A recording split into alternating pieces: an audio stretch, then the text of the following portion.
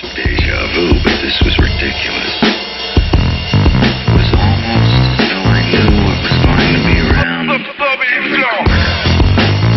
The body moving.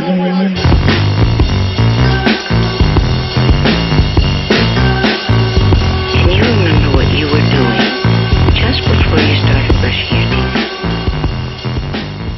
Ocurre eso, que es como lo que a muchos les parece más probable en este caso, de que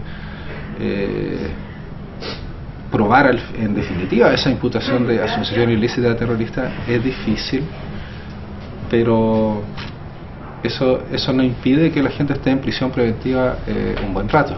Y ahí las salidas pueden ser dos, es decir, lo que pasó con Pablo, Matías y Cristian Cancino, que en cierto momento, y para no seguir estando presos, ofrecen esta vía así de un juicio rápido, donde no se discute sobre las pruebas ni nada, sino que la persona acepta en parte responsabilidad, y por eso el Ministerio Público acepta aplicar las sanciones más bajas, y que suelen traducirse, por lo menos en esos tres casos, en quedar en libertad, quedar firmando una pena remitida.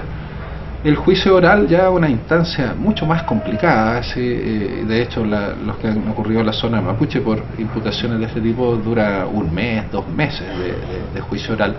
Son bien complejos, hay todo un tema de pruebas, las pruebas que ofrecen las distintas partes, lo que puede objetar de la prueba, pero claro, eso ya es un nivel superior, como para llegar, podríamos ir a la fase más avanzada ya de criminalización. Y ahí es donde puede ocurrir que en definitiva eso no se sostenga. Por ejemplo, juicios que hubo contra la coordinadora Arauco Mayeco por asociación ilícita terrorista el 2005, si no me equivoco.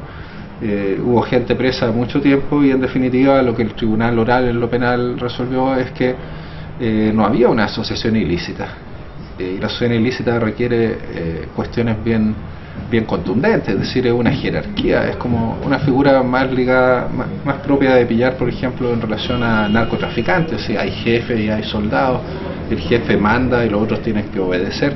Si no realiza las órdenes uno de los subordinados, lo puede reemplazar fácilmente por otro. Es toda una estructura formal, jerárquica, ultradisciplinada, casi con estatutos propios, aunque no estén escritos, con financiamiento, con infraestructura y en general clandestina. Y en ese caso de la CAM se estimó que no había una asociación ilícita,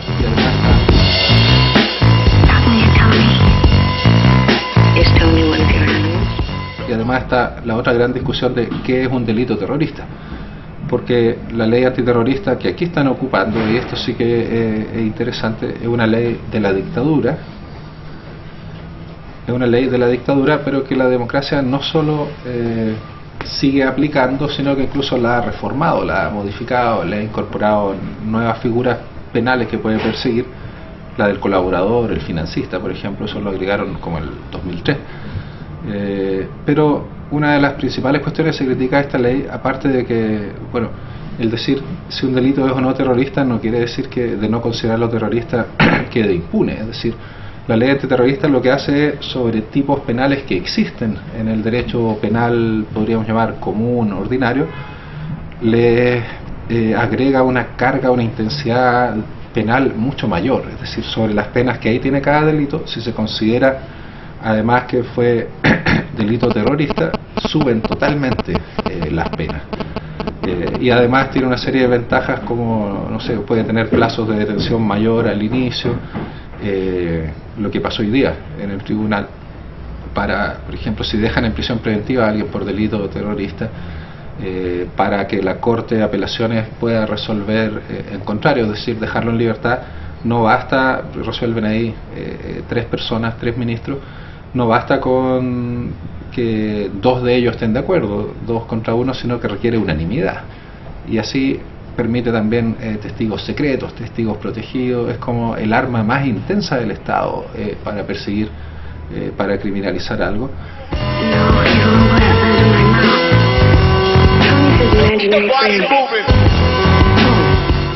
En general se entiende que el terrorismo implica el uso de medios catastróficos, de acciones donde puede morir una cantidad masiva de gente, y por sobre todo que la idea es no es solo atentar contra algunos intereses particulares, sino que es como generar un estado de terror en la población que haga que cualquier persona tenga el temor fundado de que puede ser víctima de un acto terrorista. Por eso lo de Atocha fue un acto terrorista, lo de las Torres Gemelas, lo que pasa en Irak, en Afganistán, o sea, atentados suicidas, bombas que afectan a la población civil.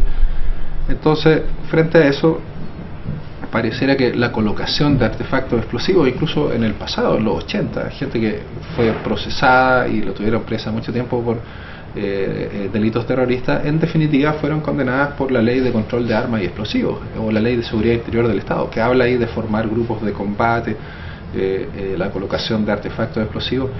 Pero la ley antiterrorista dejada por la dictadura y aplicada por la democracia, que es del 84, no hay una definición de terrorismo, sino que en el artículo 2 señala qué delitos van a constituir delitos terroristas, y en ese artículo 2 se refiere a delitos que están en el resto del Código Penal o de leyes penales especiales, pero se va a entender que constituyen delitos terroristas si reúnen alguna de las características del artículo 1. Y el artículo 1 dice que hay dos finalidades que hacen que estos delitos pasen a ser terroristas. Dice, el primero, que el delito se cometa con la finalidad de producir en la población o en una parte de ella el temor justificado de ser víctima de delitos de la misma especie.